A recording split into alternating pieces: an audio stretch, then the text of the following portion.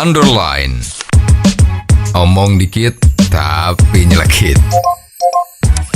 Bersama Om Bob. Temukan di channel YouTube Om Bob Indonesia. Om Bob, perusahaan raksasa teknologi seperti Google belakangan menguncurkan investasi triliunan rupiah ke Singapura dan Malaysia untuk membangun fasilitas data center dan cloud. Bagaimana Om Bob menggarisbawahi masalah ini? Ini memang Indonesia itu dilema.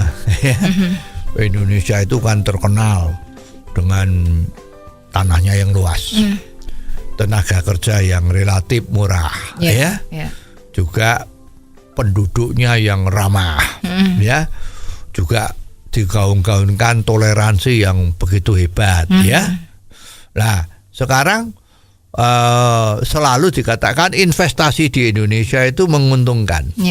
Nah, Indonesia kan juga butuh perusahaan asing untuk investasi, Nah, sekarang kenyataannya itu banyak perusahaan-perusahaan gede itu yang sepertinya janji-janji manis, Kalau mau investasi di Indonesia sekian triliun, ternyata kok tinggal janji.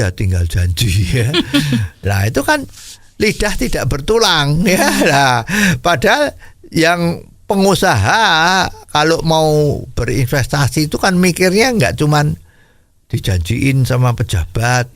Kalau hebatnya seperti ini, wah ini luar biasa, Ya wes, ya namanya pergaulan sosial itu ya basa-basi kan perlu.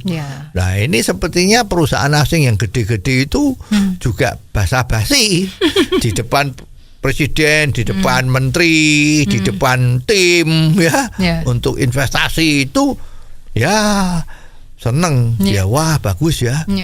Baik, saya minat nih. Memang kita sedang punya rencana investasi sekian triliun rupiah, Kapan? Ya biasanya ya jawabannya bukan kapan-kapan, Jawabnya ya mungkin tahun depan atau 2 tahun lagi. Ini sedang kita persiapkan lah, pokoknya, gitu kan?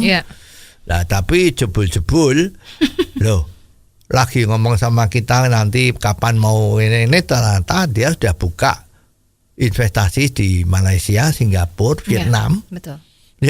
Nah ini sebetulnya ada apa? Nggak cuma itu loh. Ini ada kabar bahwa konon itu ada perusahaan-perusahaan Indonesia yang juga, maksud saya perusahaan asing yang sudah ada di Indonesia, itu pada pindah ke Kuala Lumpur, Malaysia, juga pindah ke Vietnam. Nah ini kan jadi rada-rada mengkhawatirkan. Kalau ini memang terjadi, nah perlu dipikirkan apa sih sebenarnya yang terjadi.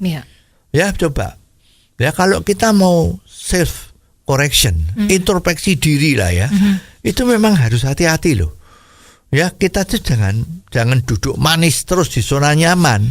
Selalu mungkin ada laporan-laporan ABS, Muni kondisi di Indonesia tuh bagus, ABS, seluruh daerah begitu, tanyain bagus. Nah, sekarang contoh aja, ini ada yang ngomong, misalnya peraturan dari pemerintah pusat, sekarang izin disederhanakan. Nah, sekarang di Jakarta sebagai ibu kota itu kan lahannya sudah habis untuk industri, maka harus pindah di tempat lain.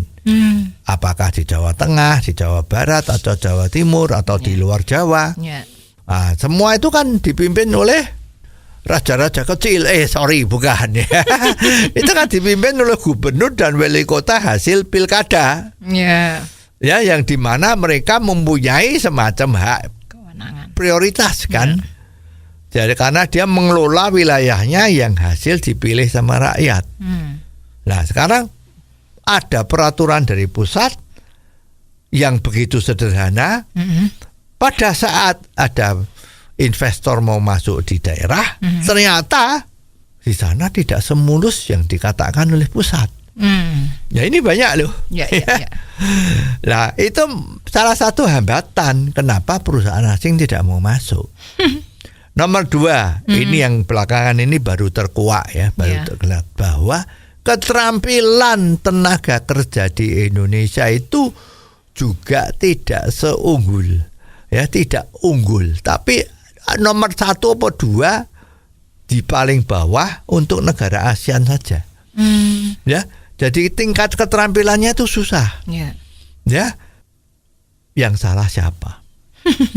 Perusahaan asing, investor kalau mau masuk, dia butuh tenaga kerja yang keterampilannya itu ya rata-rata atau di atas rata-rata.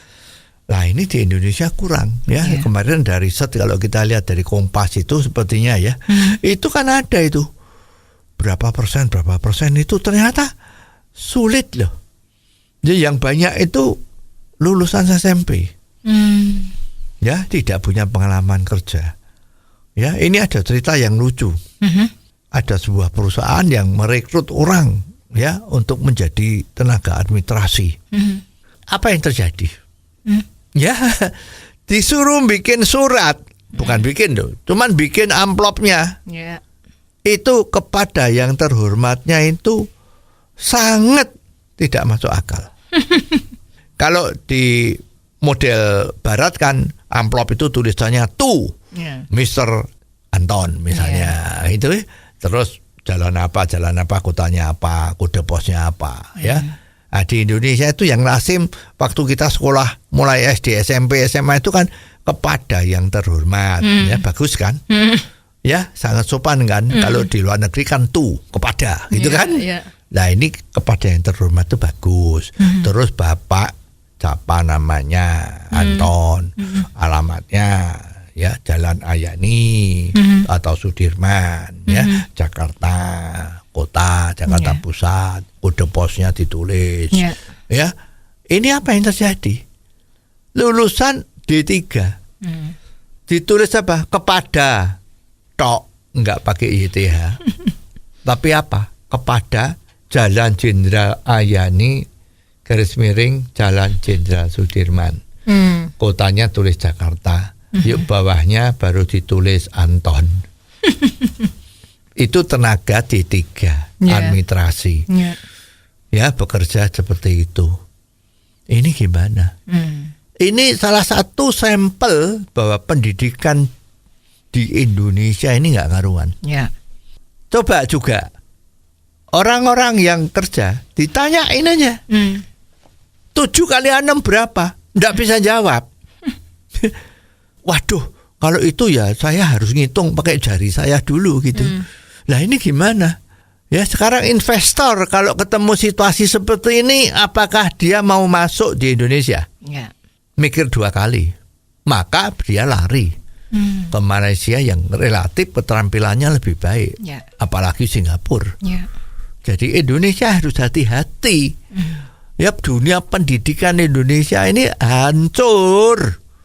Ya jadi harus betul-betul pemerintah tuh betul-betul menaruh perhatian bagaimana supaya meningkatkan SDM. Ya kalau pemerintah ngomong aja, ayo penduduknya ramah macam-macam, tapi kalau tidak ada keterampilan, ya itu investor asing nggak mau masuk. Ya jadi ini perlu nanti yang akan datang ini, pemerintahan yang akan datang harus lebih tegas. Entah bagaimana caranya lah ya. Sekarang sih belum ketemu. Bagaimana SDM kita tuh harus ditingkatkan ya agar Indonesia itu menjadi pilihan utama. Jangan pilihan utama dari bawah. Oh, jadi begitu ya Om Bob. Jelas deh sekarang. Terima kasih Om Bob untuk waktunya. Sampai ketemu lagi di waktu yang akan datang. Underline. Omong dikit tapi nyelekit. Bersama Om Bob. Jika Anda suka dengan channel ini, jangan lupa subscribe, like, dan komen.